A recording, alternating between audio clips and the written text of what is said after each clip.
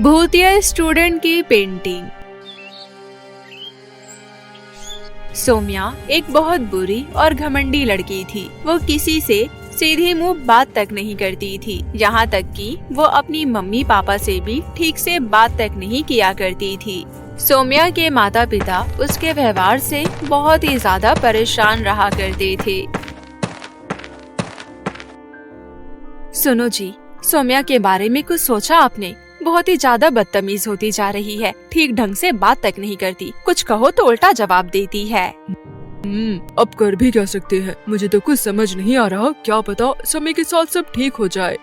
जब से हम गांव से आए हैं, पता नहीं सोम्या को क्या हो गया है, बहुत ही बुरा बर्ताव करने लगी है। और हाँ, मैं एक बात बताना तो भूल ही गई, उसके पास एक लाल डायरी देखी है। मैंने एक दिन उस डायरी को छूने की कोशिश की तो सोम्या मुझ पर चिल्लाने लगी। आखिर पता नहीं उस लाल डायरी में ऐसा क्या है। मुझे तो सोम्या का व्यवहार पहले से ज्यादा बदला हुआ लग रहा है, पहले से ज्यादा गुस्सैल, और उसकी आंखें देखी है एकदम लाल हो जाती है। वो दोनों बात कर ही रहे थे, तभी उनके दरवाजे पर एक बूढ़े बाबा आए। बेटा, कुछ जलपान मिलेगा, बड़ी दूर से आया हूँ। अरे बाबा जी, आइए अंदर आइए। ये कहकर सोम्या की माँ मालती बाबा को घर के अंदर ले आई। क्या बात है बेटी, तुम बहुत चिंता में लग रही हो, बताओ मुझे, मैं तुम्हारी समस्या हल करने में पूरी कोशिश करूँगा। बाबा, मेरी एक बेटी है जिसका नाम सोम्या है। उसका व्यवहार दिन पर दिन बहुत ही बुरा होता जा रहा है और आजकल तो वो बहुत अलग तरीके से बर्ताव करने लगी है। बाबा ने तुरंत अपनी आंखें बंद की, फिर अचानक झट से अपनी आंखें खोली और कहा, बेटी, तुम्हारे घर में किसी चुड़ैल का साया है और उसने तुम्हारी बेटी को अपने वश में कर रखा है। क्या? चुड़ैल का साया मेरी बेटी पर? हाँ बेटी, चुड़ैल का साया, उसने पूरी तरह से तुम्हारी बेटी को अपने वश में कर रखा है। तो बाबा, कोई रास्ता बताइए, मेरी बेटी को बचा लीजिए। तुम्हारी बेटी अभी है कहाँ? अभी तो वो स्कूल गई है। अच्छा, तो तुम एक काम करो, मैं तुम्हें ये ताबीज दे रहा हूँ, तुम ये गले में पहन लो और अपने पति को भी पहना देना, इससे चुड़ैल तुम्हारा कुछ नहीं बिगाड़ पाएगी। पर बाबा, मेरी बेटी। देखो, मैं अभी तुम्हारे लिए इतना ही कर सकता हूँ, क्योंकि वो चुड़ैल बहुत ताकतवर है, इसलिए मुझे कुछ दिन तपस्या कर तंत्र मंत्र की शक्ति को बढ़ाना होगा, तभी मैं कुछ कर पाऊंगा। इतना बोलकर बाबा वहाँ से चले गए। बाबा की बात सुनकर सोम्या के माता पिता बहुत परेशान हो गए।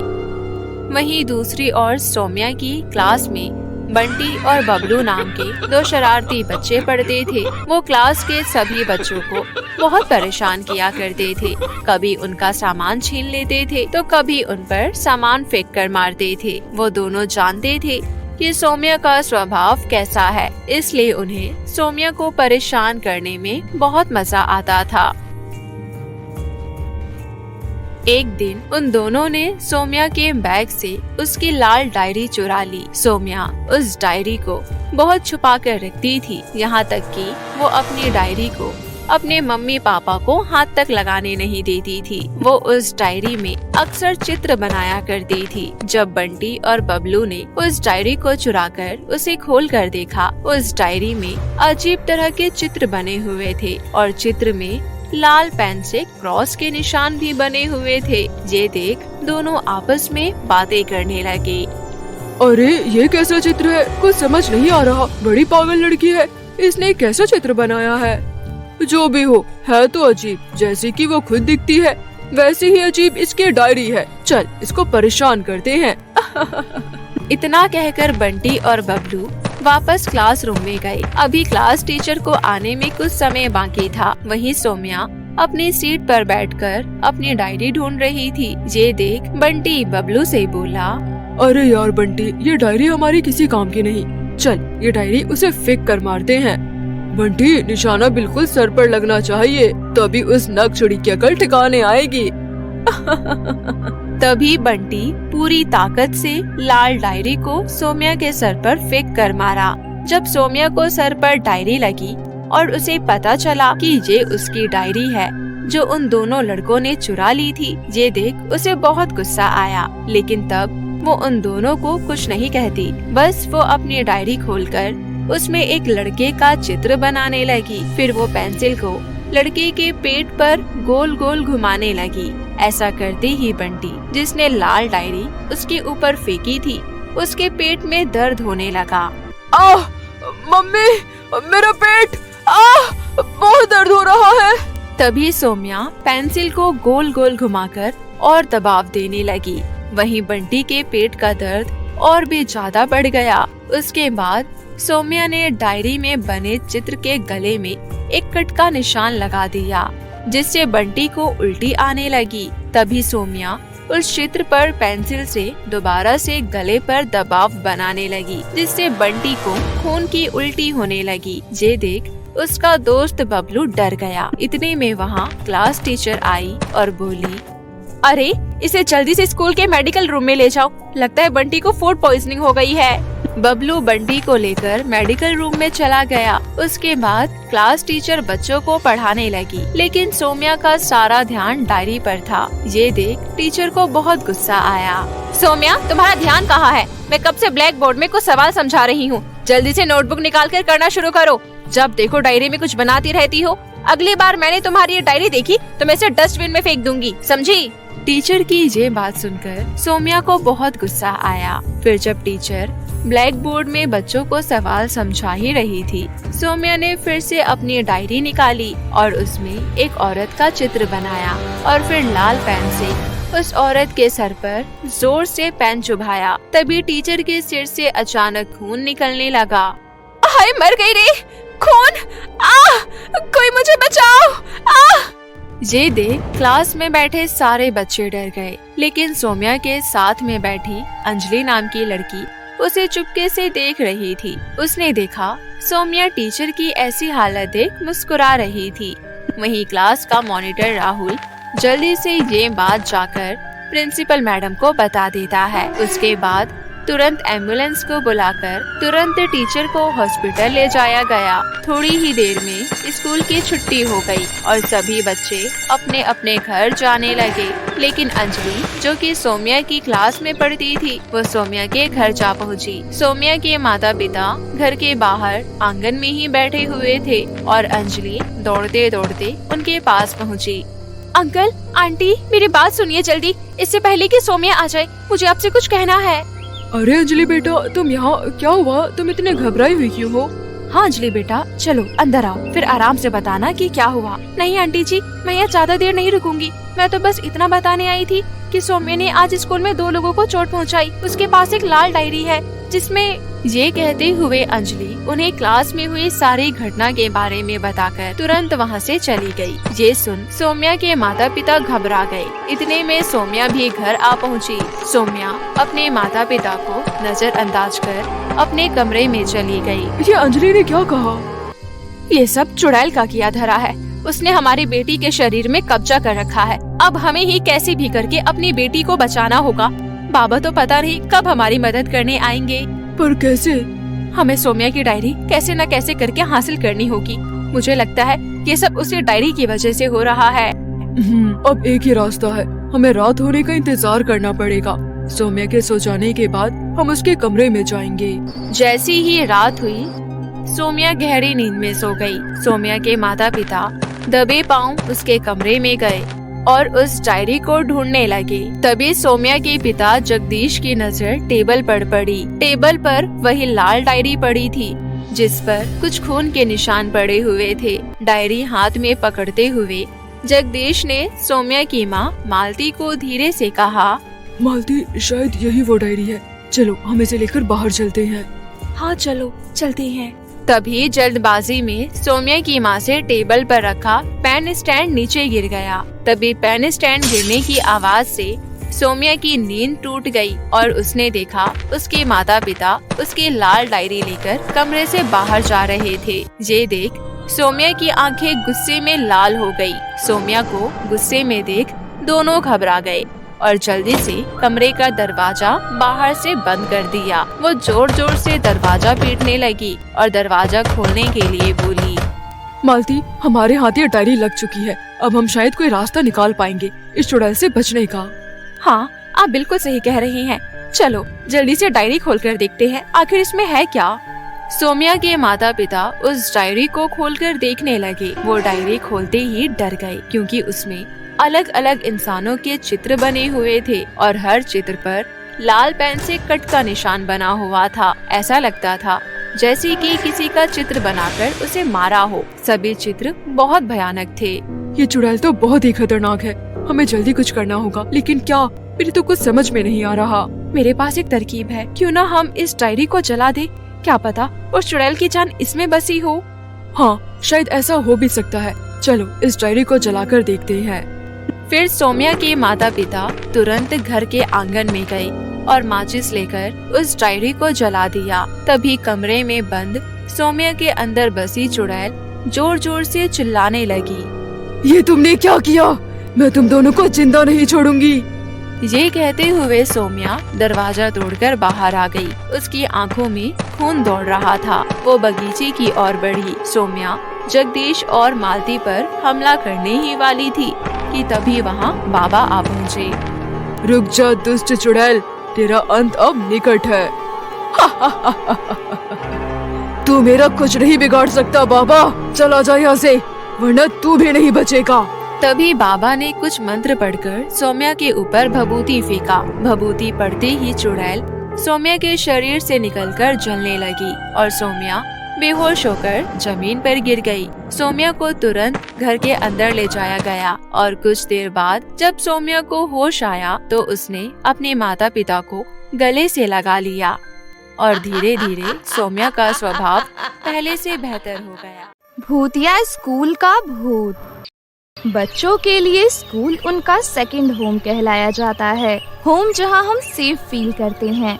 मगर तब क्या होगा अगर हम वहां भी सेफ ना हो?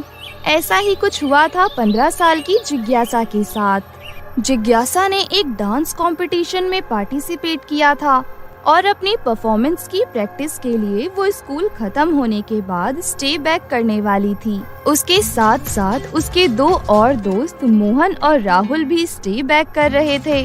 डांस प्रैक्टिस करते वक्त जिज्ञासा के दोस्त मोहन का बैलेंस बिगड़ गया और वो नीचे गिर गया। उसका पैर मुड़ गया था और वो बुरी तरह दर्द से चिल्ला रहा था। स्कूल के सब टीचर्स जा चुके थे और हेल्प के लिए उन बच्चों के पास कोई भी नहीं था। मोहन, तुम ठीक तो हो ना? रुको, मैं अभी मेडिकल रूम से दवाई लेकर आती हूँ। तभी जिज्ञासा भागकर मेडिकल रूम गई और वहाँ भी तब तक ताला लग चुका था। अरे यार, मेडिकल रूम तो बंद हो चुका है, अब मैं क्या करूँ? तभी उसी वक्त जिज्ञासा को लगा कि जैसे कोई उसके पीछे से ऊपर गया है। वो मुड़ी तो उसे एक परछाई ऊपर जाते हुए दिखी। कौन है? कौन है यहाँ? मुझे हेल्प की जरूरत है। जिज्ञासा को लगा कि शायद स्कूल स्टाफ में से कोई तो अभी भी स्कूल में है और इसीलिए जिज्ञासा उसे रोकने के लिए उसके पीछे भागी। जिज्ञासा स्कूल के 3rd फ्लोर पर आ चुकी थी। उस फ्लोर पर स्कूल स्टाफ के अलावा किसी का भी जाना मना था। जिज्ञासा पहले तो वहीं सीढ़ियों के पास खड़ी आवाज लगाने लगी। कोई है? अभी मैंने किसी को ऊपर आते हुए देखा था। देखिए, अगर कोई है तो मुझे जवाब दीजिए, मुझे मदद की जरूरत है। मेरा दोस्त डांस प्रैक्टिस करते समय गिर चुका है। परंतु जिज्ञासा को कोई जवाब नहीं मिला, इसीलिए वो थोड़ी आगे गई। उसने देखा उस फ्लोर पर सिर्फ एक ही रूम था और उस पर भी ताला लगा हुआ था। ऐसा कैसे हो सकता है भला? मैंने अभी किसी को ऊपर आते हुए देखा था और अब कोई भी नहीं है। ऊपर एक ही रूम है और उसमें भी ताला लगा है। हो सकता है मैंने ठीक से देखा नहीं होगा। जिज्ञासा को कुछ समझ नहीं आया तो वो परछाई को अपने मन का वहम समझकर वापस जाने लगी। लेकिन तभी उसे एक अजीब सी आवाज आई। जब जिज्ञासा ने पलटकर उस कमरे की तरफ देखा तो दरवाजे पर जो ताला लगा था वो खुद टूटकर नीचे गिर गया था। जिज्ञासा एकदम से चौंक उठी। अभी तो यहाँ ताला लगा था, आखिर ये मेरे साथ क्या हो रहा है? अगर कोई स्कूल में है तो वो मेरे साथ लुका छुपी क्यों खेल रहा है? अंदर जाकर देखती हूँ। जिज्ञासा रूम के अंदर चली जाती है। उसने देखा कि एक आदमी खिड़की की तरफ मुंह करके खड़ा है। देखिए मिस्टर, आप जो कोई भी है, क्या आप हमारी मदद कर सकते हैं? मेरे दोस्त मोहन को चोट लग गई है। हम लोगों ने डांस प्रैक्टिस के लिए स्टे बैक किया था और मेडिकल रूम में भी ताला लग चुका है। Please help me. लेकिन उस आदमी ने जिज्ञासा को कोई रिएक्शन ही नहीं दिया। जिज्ञासा को सब कुछ बहुत अजीब लग रहा था। वो फिर से उस आदमी को पुकारती है। देखिए, मुझे सच में मदद की जरूरत है। अगर आप हमारी मदद नहीं कर सकते हैं तो मना कर दीजिए। जिज्ञासा ने इतना कहा ही था कि तभी अचानक उस कमरे का दरवाजा अपने आप बंद होने लगा। जिज्ञासा ये देखकर बहुत ही ज्यादा घबरा गई। वो डरते हुए दरवाजे की तरफ गई और उसे खोलने की कोशिश करने लगी। बाहर से दरवाजा किसने बंद किया है? दरवाजा खोलो, मुझे डर लग रहा है। प्लीज कोई मेरी मदद करो, मैं इस कमरे में बंद हो गई हूँ। Please help me. लेकिन वो दरवाजा नहीं खुला।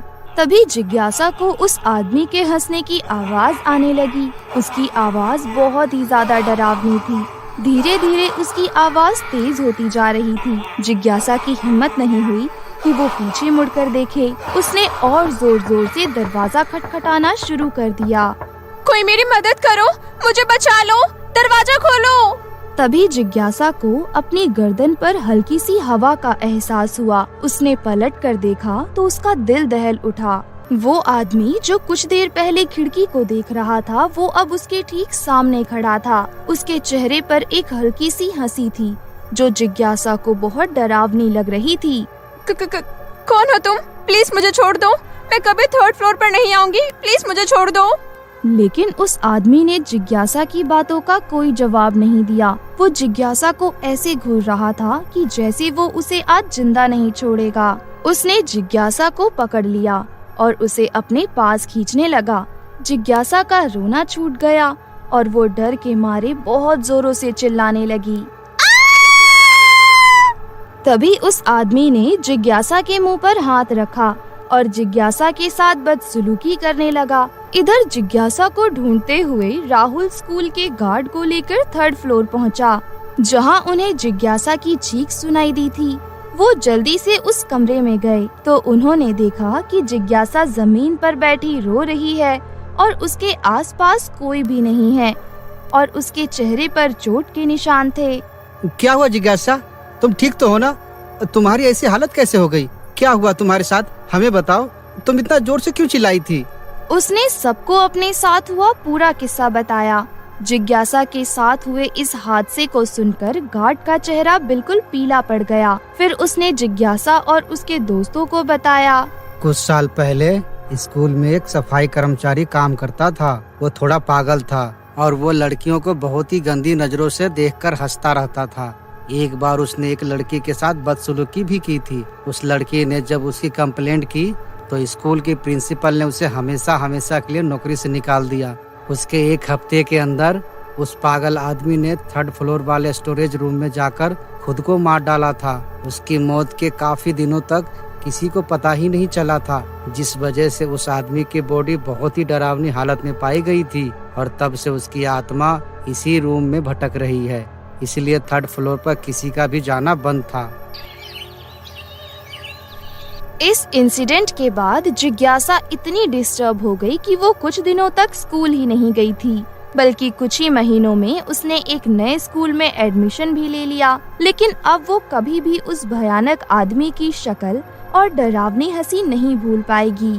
तो कैसी लगी आपको ये कहानी? अगर अच्छी लगी तो अभी सब्सक्राइब बटन दबाओ और हमारे चैनल को सब्सक्राइब करो और देखते रहो हर दिन एक दिल दहला देने वाली हॉरर स्टोरी।